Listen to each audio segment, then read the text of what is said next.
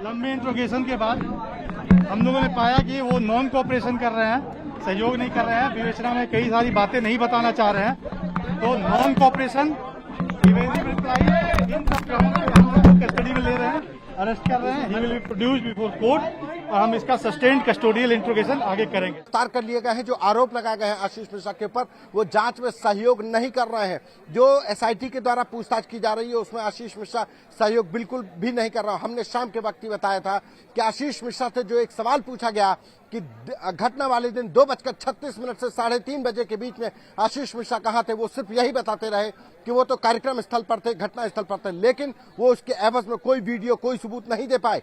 जबकि वो करीब 10 से 12 वीडियो दे पाए, जिनमें से करीब फॉरवर्डेड वीडियोस भी थे जो कार्यक्रम स्थल के थे। लेकिन उस वक्त के दौरान 2:36 से 3:30 बजे के वक्त में जब ये घटना हुई तब कहां थे, इस बात की कोई जानकारी वो नहीं दे पाए। देखिए, बिल्कुल वो जब भी पुलिस उनसे सवाल पूछ रही है उस घटना के वक्त, वो तमाम कहानियां बता रहे हैं, कह रहे हैं कि घटना स्थल से मैं सिर्फ अपनी राइस मिल है वहां पर मैं गया और कहीं मूवमेंट ही नहीं किया।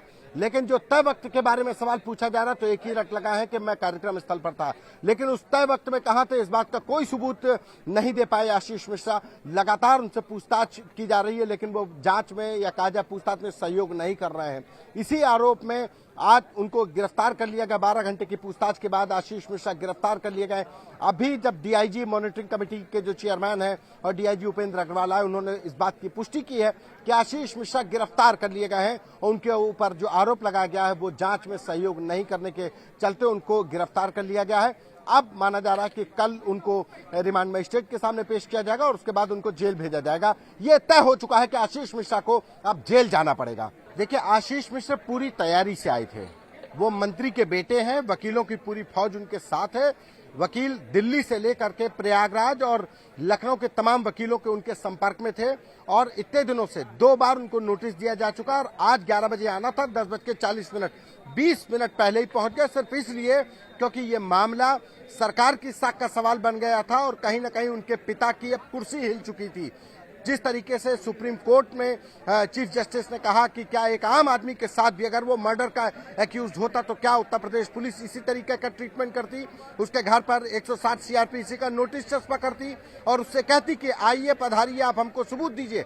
यही एक टिप्पणी की थी उनके कार्यप्रणाली पर लेकर उत्तर प्रदेश पुलिस के, और इसके बाद से दबाव बना और उसके बाद उत्तर प्रदेश पुलिस ने नोटिस चस्पा करने की कार्रवाई के बाद आज 10:40 पर आशीष मिश्रा यहां पर पहुंचे। अभी जरा सा मैं आपको तस्वीर दिखाऊं, ये क्राइम ब्रांच का दफ्तर है। गहमा गहमी बहुत तेज है और सुबह से करीब 8 बजे से हम यहाँ पर हैं और 8 बजे से लगातार गहमा गहमी यहाँ पर चल रही है। अब लोग इसी तरीके से अधिकारी निकलते हैं, जब निकलते हैं तो मीडिया के कैमरे हाथ भी हो जाते हैं। जगह जगह पर देख करके हम दिखाने की कोशिश करेंगे कि किस तरीके से पल पल की नजर रखी जा रही है। सुबह से हम लोग अपने दर्शकों तक पहुंचा रहे हैं कि कोई अपडेट इस पूरे मामले में हम अपने दर्शकों तक पहुंचा रहे हैं। सबसे बड़ी बात कि आशीष मिश्रा को 12 घंटे की पूछताछ के बाद जो सवालों की फेहरिस्त दी गई, वो आशीष मिश्रा हर बार यही तो कहते रहे कि वो घटना स्थल पर मौजूद नहीं थे, कार्यक्रम करा रहे थे, उप मुख्यमंत्री के कार्यक्रम जो बलबीरपुर गांव में उनके स्कूल में हो रहा था, दंगल हो रहा था, वहां पर थे। लेकिन घटना के वक्त वो वहां थे कि नहीं थे, इसका कोई सबूत नहीं दे पाए। वायरल वीडियोस उन्होंने दिए, ज्यादा लोगों दिए जिन्होंने कहा कि शपथ पूर्वक कहा कि आशीष मिश्रा हमारे साथ थे। लेकिन उस वक्त घटना के वक्त जब 2:36 से ये पूरा घटनाक्रम शुरू हुआ, 3:30 बजे तक घटनाक्रम ये चलता रहा, उस वक्त आशीष मिश्रा थे कि नहीं थे, इस बात की कोई जानकारी, कोई सबूत आशीष मिश्रा नहीं दे पाए। सबसे अहम बात की जो थार जीप थी जो उनके पिता केंद्रीय गृह राज्य मंत्री अजय मिश्रा के नाम पर है, वो थार जीप जो उनका ड्राइवर जो इस पूरी हिंसा में शिकार हो गया वो चला रहा था, थार जीप वहां पर कैसे पहुंची। इसके अलावा जो पीछे जो फॉर्च्यूनर चल रही थी, जो उसके पीछे स्कॉर्पियो चल रही थी, वो कैसे पहुंची। ये तमाम ऐसे सवाल थे जिसको आशीष मिश्रा ने डक किया और उसके बाद इनको जांच में सहयोग नहीं करने के आरोप में गिरफ्तार कर लिया गया। 12 घंटे से लगातार आशीष मिश्रा से पूछताछ की जा रही थी, वकीलों की पूरी फौज उनके कांटेक्ट में थी। यही वजह थी कि उनको पता है कि कैसे इस पूरे मामले को कानूनी तौर पर हैंडल करना है।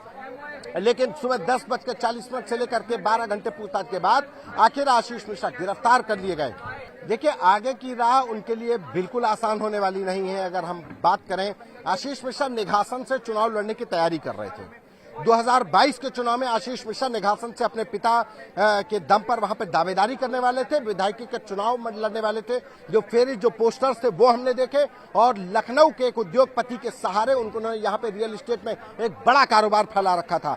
अंकित दास, जिसके जो फॉर्च्यूनर और जो घटना में शामिल थी थार जीप आज अजय मिश्रा के नाम पर थी और जो पीछे फॉर्च्यूनर स्कॉर्पियो चल रही थी वो अंकित दास की थी। अंकित दास के लोग उसमें मौजूद थे। अभी अंकित दास एक बहुत इंपॉर्टेंट कैरेक्टर है।